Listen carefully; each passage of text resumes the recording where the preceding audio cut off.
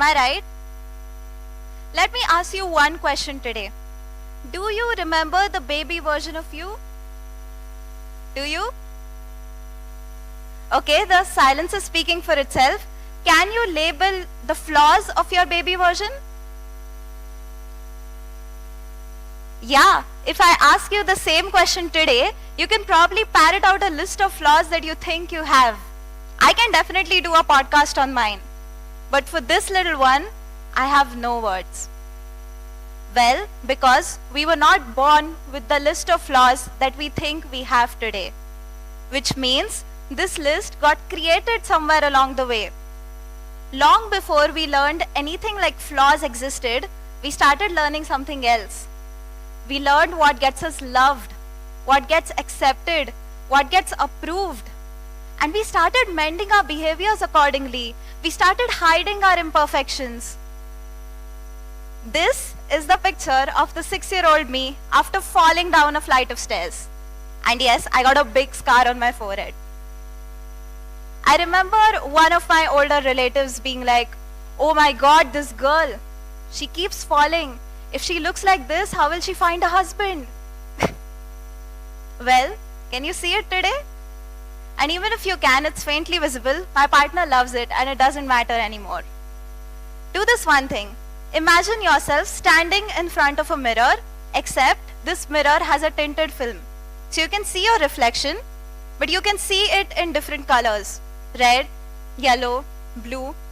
This tinted film is a lot like the judgment that we view ourselves with. When we are looking at our own reflection, we are looking at it through the opinions that we have formed about ourselves. And in order to see ourselves clearly, what do we need to do? We need to remove that film. In order to discover the true strength that lies in our flaws, that is the secret.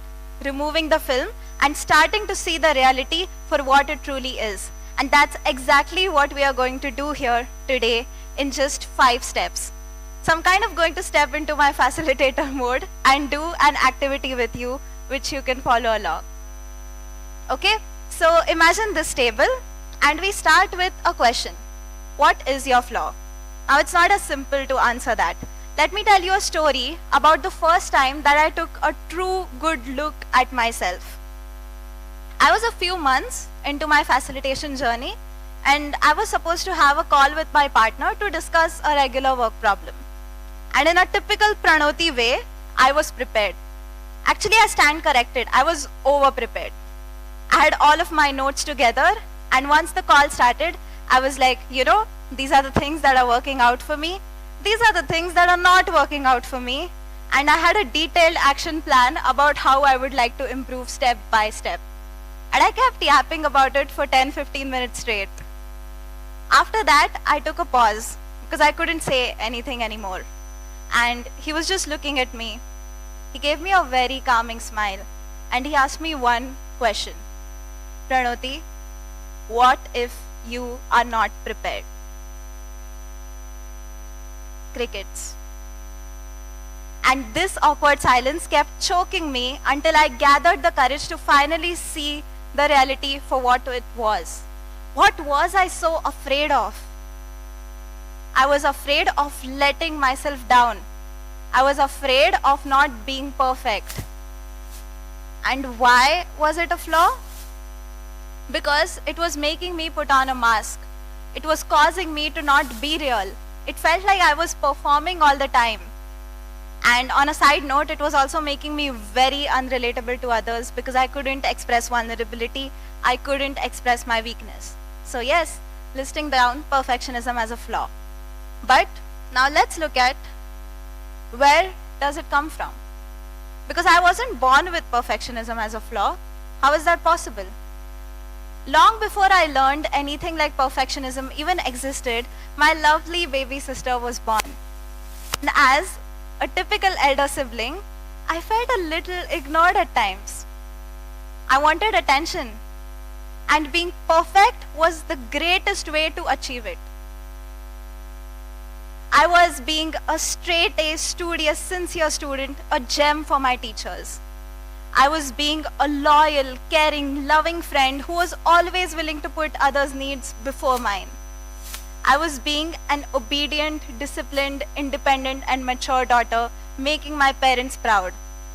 Honestly, growing up, I never really saw perfectionism as a flaw because it was getting me exactly what I wanted, which was attention, and I was being exactly who others wanted me to be.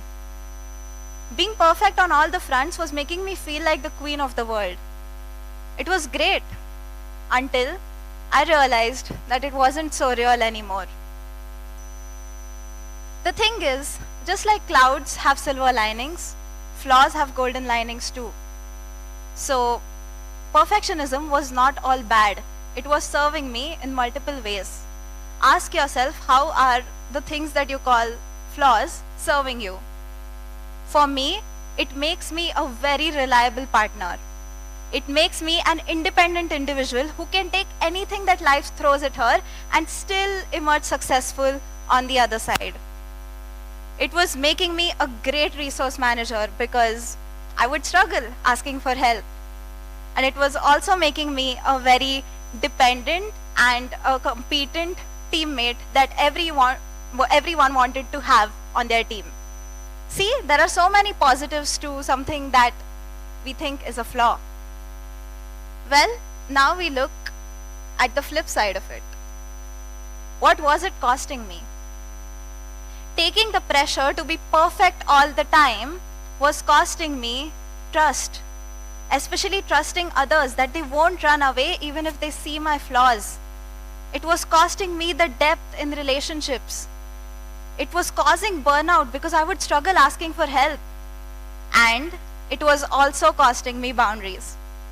I have a slightly ridiculous yet a very honest story about how far this mindset can go, okay? So I was in school one day and I had fever. So instead of resting like a very sensible human being, I took the thermometer and I dipped it in cold water and I showed it to my mom so that I could go to school. Because clearly, my health did not matter to me. What mattered was not appearing vulnerable, not wanting to be taken care of, and just being perfect all the time.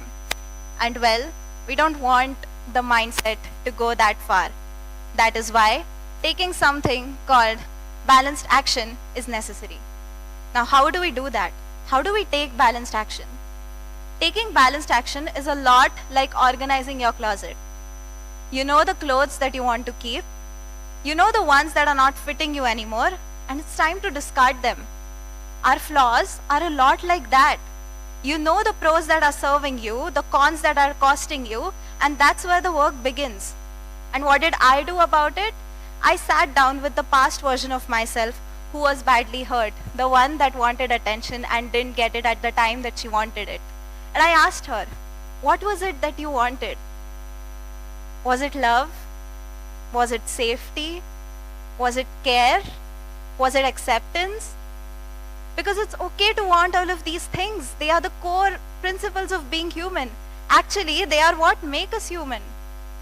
And this thing that we are taking a look at, the flaws, they are not a proof of me being broken. In fact, let's stop calling them flaws altogether. These are traits. Traits that emerged for a good reason. Traits that were serving me for a long time. They were protecting me from getting hurt. But at some point, these survival strategies, they start becoming limitations. And that is exactly where the work begins. Why are we trying to discover the strength in our flaws? It is not to be perfect. It is not to impress everyone.